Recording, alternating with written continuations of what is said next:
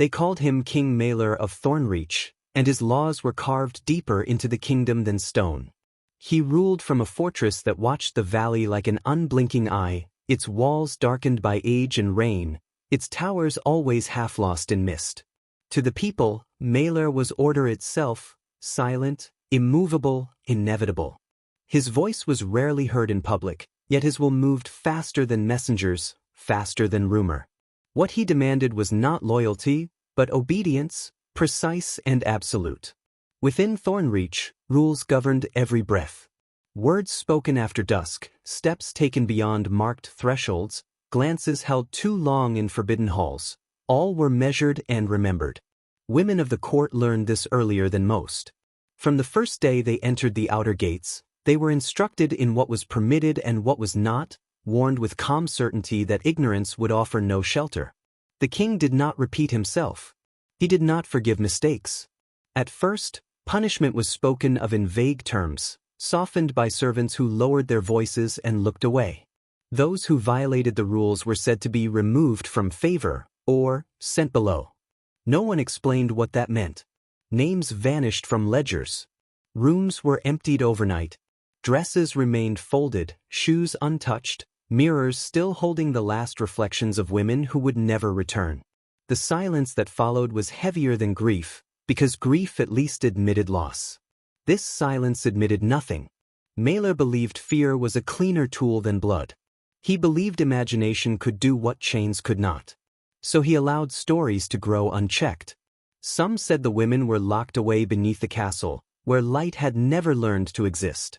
Others whispered that they were forced to witness the consequences of their own defiance, slowly, deliberately, until regret became a language carved into their minds. No one knew the truth, and that uncertainty became the king's most effective decree. From his high chamber, Maelor observed everything without appearing to watch. He understood patterns, how people tested boundaries, how they assumed mercy where none had been promised. In his mind, those who broke his rules were not victims but warnings.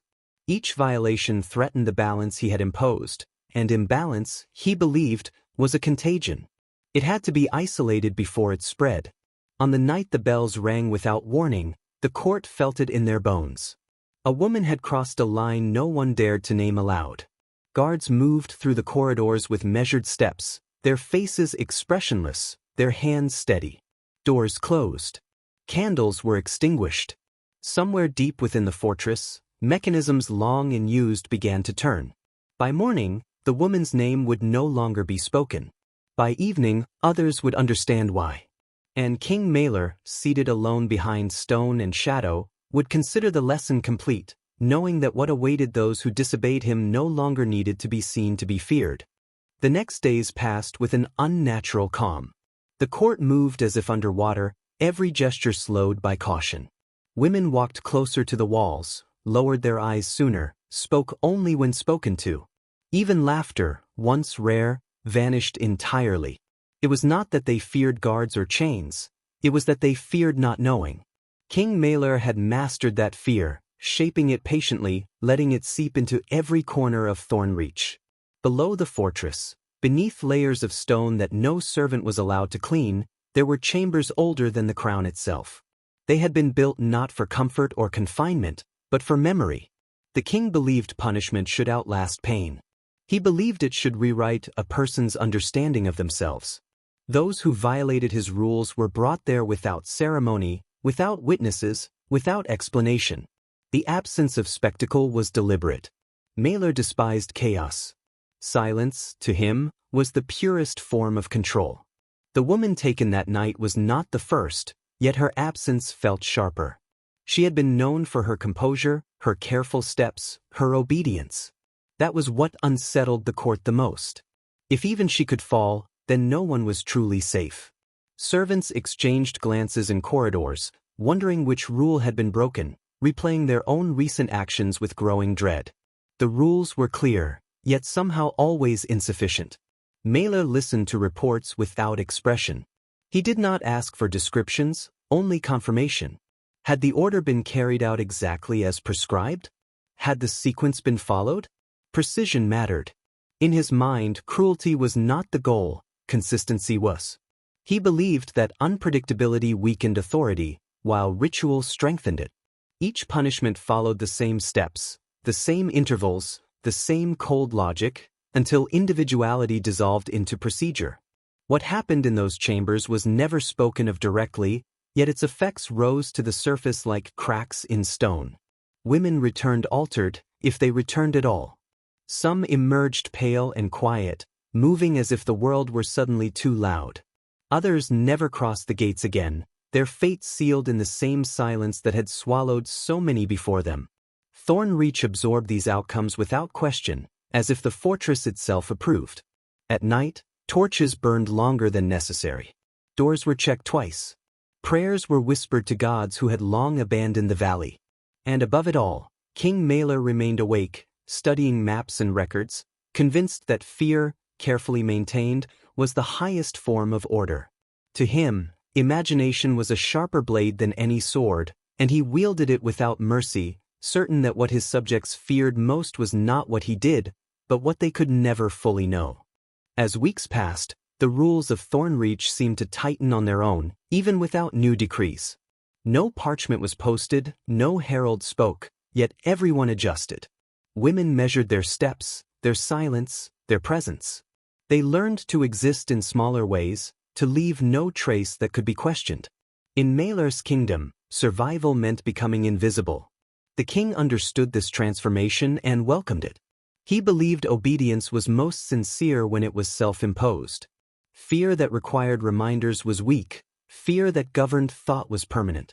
From his chamber, Maelor reviewed records of the court, noting patterns of compliance as others might note weather.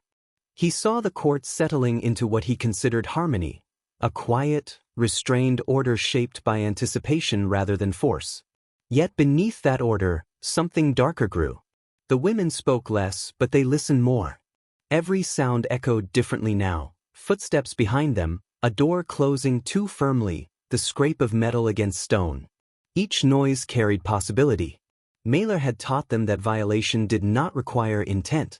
It required only error. And error, he believed, was the truest measure of loyalty. Occasionally, a woman would be summoned without explanation. The summons alone was enough to drain color from faces. Some returned after days, others after weeks, changed in ways that could not be hidden. They avoided mirrors. They avoided touch. They avoided memory. The court learned to recognize that distant look in their eyes, the look of someone who had seen something meant to be remembered forever. Maelor never asked what they felt. Feelings were irrelevant to him. What mattered was the result. And the result was obedience deeper than law, deeper than oath. The women who remained followed the rules not because they believed in them, but because breaking them had become unthinkable. The imagination filled every gap Maelor left empty, painting punishments far worse than any truth. At times, the king walked the corridors alone at night. He listened to the silence he had created, a silence so complete it seemed to press back against him. Some might have mistaken it for loneliness. Maelor knew better. This was stability. This was peace, forged through restraint and consequence. Still, in the furthest corners of Thornreach, where torchlight barely reached, whispers survived. They spoke of limits, of how even fear could fracture under its own weight. They spoke of what might happen if imagination, once unleashed, turned against its creator. Maelor did not hear these whispers. Or if he did, he dismissed them, confident that no force, human or otherwise, could challenge a system built on what lay beyond imagination itself. The fortress endured through winter, its stones holding the cold like a memory that refused to fade. Snow gathered in the courtyards, untouched, as if even the weather feared leaving marks. Inside, the court adjusted to the season with the same careful restraint it had learned to apply to everything else. Breath fogged the air. Silence thickened. The rules felt closer in winter, pressing inward. King Maelor watched the change with satisfaction. Hardship, he believed, revealed truth. In cold and confinement, the smallest act of disobedience stood out sharply. A door left ajar. A candle burned too long. A voice raised above a whisper. Each was noted. Each was weighed. Maelor did not hurry. Time itself was part of the punishment. One woman, newly arrived, had not yet learned how little was permitted. She was careful, but care was not enough. She paused once too long in a passage reserved for those of rank above her own. No guard stopped her.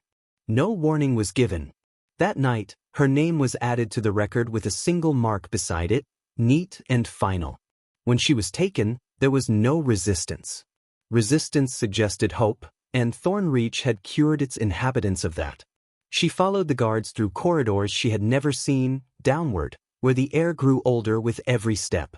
The walls there were unadorned, stripped of banners and symbols, as if identity itself had been removed. The fortress did not need to explain itself. What Maelor demanded in those depths was not suffering alone, but understanding. Those who violated his rules were confronted with the full weight of consequence, carefully structured, patiently delivered. There were no raised voices, no sudden blows. Everything was measured. The mind was given space to imagine, and in that space, fear completed the work. When the woman returned, days later, she was quieter than silence. She moved correctly, spoke correctly, existed correctly. Others watched and learned without asking questions. Whatever had been done, it had been effective. Maelor required nothing more than that. From his chamber, the king closed the ledger and set it aside. Outside, snow continued to fall, burying the paths of the living and the dead alike. Thornreach stood unmoved, its order intact. And within its walls, the lesson spread without words.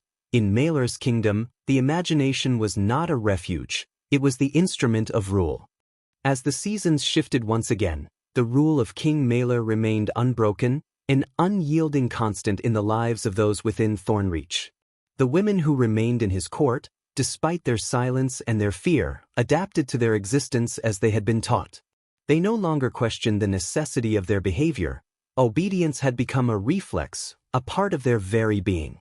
But even the deepest silence could not fully mute the hum of tension that had begun to rise beneath the surface of the fortress. The women moved with such precision, such caution, that it was as if they feared even the smallest breath could betray them. They did not speak of their experiences, but the air was thick with the understanding that no one was safe, not really. The rules were clear, but what lay beyond them, what awaited those who made even the slightest error, was a mystery they no longer dared to unravel. One evening, after a day where no one had broken any of the king's laws, the atmosphere in the court felt unusually heavy. The women gathered in small groups, as was custom, each maintaining a careful distance from the others. Eyes darted nervously, but no words were spoken. And then, as the night drew on, a whisper broke the silence. It was not a sound one could easily identify, more like a shift in the air itself. The servants, too, had learned their place in the kingdom, their role as silent observers of the king's order. They had witnessed more than most could bear to speak of, but they, too, had been conditioned to stay quiet, to remain invisible. But on that night, something broke in the stillness. Something was different, and it was palpable. A rumor spread that the king had grown more vigilant, more observant, as if the rules themselves had become something even more sacred in his eyes. The whispers of this new vigilance spread quickly, reaching every corner of the castle. No one dared ask what had changed, but everyone could feel it. Women moved faster, spoke less, and avoided even the smallest of transgressions. No one was safe, not even the ones who had followed the king's rules for so long. What was the point of caution if it could never be enough? King Maelor sat in his high chamber, watching the court below, feeling the stillness settle like a thick fog over the people. He had built his reign on fear, but it was more than that. It was a kingdom built on the absence of hope. In a world where the threat of punishment was always just around the corner, where the consequences of disobedience were not known but felt, the fear of what could be was always worse than the punishment itself. And so, as the days passed, the women of Thornreach continued their lives of silent obedience, knowing that the king's eye was always watching, that any mistake, no matter how small, could be their last. But in the deepest corners of their hearts, something began to change. The fear had become a part of them, but so had the question, what happens when the silence finally breaks? King Maelor, for all his careful planning, had overlooked one thing. Even in a kingdom ruled by fear, the mind has a way of rebelling, of creating its own stories, its own truths. The longer the silence endured, the more powerful the imagination became. And imagination, Maelor had once believed, was his greatest weapon. But what would happen if it turned against him? What if the very thing he had used to control them, the quiet, the fear, the mystery, became something he could no longer control? In the quiet halls of Thornreach, the women began to wonder if, perhaps, they could survive without him. And though they would not dare speak of it, a faint hope began to rise within their hearts. And with it, the faintest tremor of defiance. The tremor of defiance, though faint, did not go unnoticed. It was subtle, buried beneath layers of obedience and fear, but it was there. At first, it manifested in the smallest of ways. A glance held just a fraction too long, a breath that lingered in the air before being quickly exhaled. These were not acts of rebellion, not yet, but they were cracks in the perfect facade of compliance that Maelor had so carefully cultivated. For the first time in years, the women of Thornreach began to look at each other not with the resigned fear that had kept them silent for so long, but with a spark of something else, a recognition, perhaps, that they were not alone in their fear, that they were not the only ones who had begun to imagine what lay beyond the king's walls. What would happen if they stopped living in shadows? If they stepped outside the suffocating lines that had been drawn for them? King Maelor could sense the shift, though he did not know its full extent. He had built his kingdom on fear, but he also understood the power of control. And control, as he knew well, was not just about making people fear you. It was about ensuring they feared what you could do to them. The women in his court had long learned the consequences of transgression, but now, in the quiet of the night, in the brief moments when his gaze was not on them, they began to wonder if he truly saw everything. What if there was something beyond his reach? What if they could slip through the cracks? Still, they moved carefully. Fear still held the strongest grip on their minds. But in the corners of the fortress, in the dark spaces where the king's eyes did not fall, there was a shift.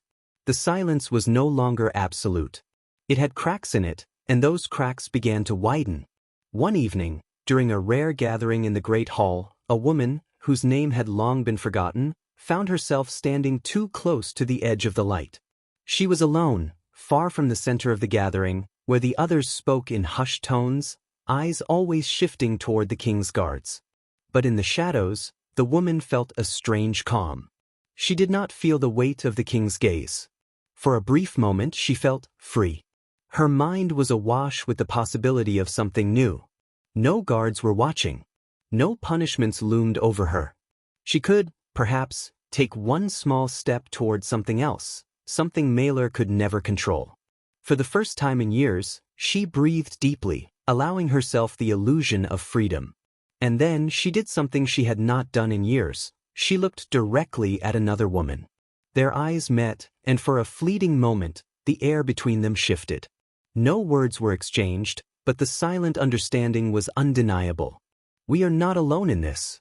The moment passed quickly, as it always did, and the woman returned to her place, her heart racing, her mind filled with the memory of the brief exchange. But the seed had been planted. That simple moment of recognition, of shared defiance, began to grow inside her, and with it, something stronger, a question. What if they could rise together? What if the king's control was not as absolute as it seemed? In the days that followed, the women of Thornreach began to speak in quieter tones, not about rebellion, not yet, but about possibility. They shared small glances, secret smiles, gestures of solidarity that had once seemed impossible. They had all been so afraid for so long, but now they were beginning to see something different. There was a way out, perhaps, a way to break free from the invisible chains that bound them. King Maelor, ever vigilant, watched as the court continued to function with its usual discipline. Yet he could feel the subtle shift. It was like a whisper in the air, a sound that shouldn't be there, a movement that shouldn't have happened. He told himself that it was nothing but his imagination, nothing to worry about. But deep down he felt it, the first stirrings of rebellion. It was just a flicker, a spark in the dark. But every fire begins with a single spark. And for the first time in his rule, Maelor found himself wondering, what if they had already begun to turn the tide? The spark did not become flame overnight. It lingered, fragile and uncertain, hidden beneath layers of habit and fear. Yet once imagined, it could not be undone. The women of Thornreach began to understand something Maelor had never accounted for. Fear could discipline the body, but it could not fully cage thought. They learned to communicate without sound. A pause in the corridor. A hand resting briefly against cold stone. A shared stillness that lasted a breath longer than necessary. These moments carried meaning now. Not plans, not rebellion, but recognition. Each woman knew the cost of error too well to rush toward it. What changed was not their obedience, but the way they endured it. King Maelor sensed a disturbance in the pattern he prized so deeply. Reports were flawless. No rules had been broken. No lines crossed. And yet, something felt misaligned. Order remained, but its texture had changed. It no longer felt sharp. It felt hollow. He responded as he always did, by tightening procedure, revisiting old protocols, reopening chambers that had rested and used. He believed pressure would restore clarity. Another woman was summoned. This time, the court did not avert its eyes as completely as before. No one spoke. No one moved. But the silence carried weight. When she returned days later, altered as expected, her presence did not seal obedience the way it once had. Instead, it unsettled it. The punishment had been endured, yet it no longer erased the question burning quietly in every mind. Maelor watched from above, convinced that fear was simply losing its sharpness and could be honed again. He did not realize that imagination, once turned inward for survival, had begun to turn outward for meaning. The women were no longer filling the unknown with terror alone. They were filling it with possibility. Late one night, as the fortress slept, Maelor walked the upper battlements alone. The wind cut through his cloak, carrying the distant sound of movement below. For the first time, the silence did not comfort him. It felt watchful. He dismissed the thought immediately. Kings did not doubt. Systems did not fail. Only people did. But far beneath him, in the depths where rules had once erased identity, something quietly resisted erasure. Not defiance, not revolt, yet something older. Something patient. The understanding that imagination could be more than fear. And Thornreach, built to contain obedience, began to feel the weight of minds no longer fully under its control. The change revealed itself not through noise, but through endurance. The women of Thornreach did not rebel. They did not flee. They remained where they were, followed the rules, lowered their eyes, spoke when permitted. Yet something essential had shifted. Fear no longer hollowed them. It sharpened them. King Maelor increased his vigilance, convinced that the cure for uncertainty was excess. More records. More observation. More precision. But with every added measure, the system grew heavier, slower, strained by its own perfection. Punishment still functioned, but its echo weakened. The imagination he had once ruled no longer obeyed a single direction. One night, a woman failed to return from the chambers below. Days passed. No trace followed. No lesson emerged. The silence that came after was different from all before it. It did not instruct. It questioned. For the first time, absence did not reinforce fear. It exposed limitation. Maelor demanded answers where none existed. Procedures had been followed. The rules obeyed. Yet the outcome had slipped beyond structure. The system had produced something it could not record, could not repeat. And in that failure, the king felt something unfamiliar pressing against him. He understood then, too late, that imagination could not be owned, only guided for a time. What he had cultivated as terror had matured into resolve. Not loud, not reckless, but unmovable. The women no longer imagined only what Maelor might do to them. They imagined what existed beyond him. Thornreach remained standing. The rules remained written. The chambers remained sealed. But the kingdom was no longer whole in the way Maelor required. Control had been absolute only while fear stood alone. And as the king sat in silence, surrounded by the order he had perfected, he faced the truth he had spent a lifetime denying. What he had done to those who violated his rules was beyond imagination, but what imagination became in response was beyond his control.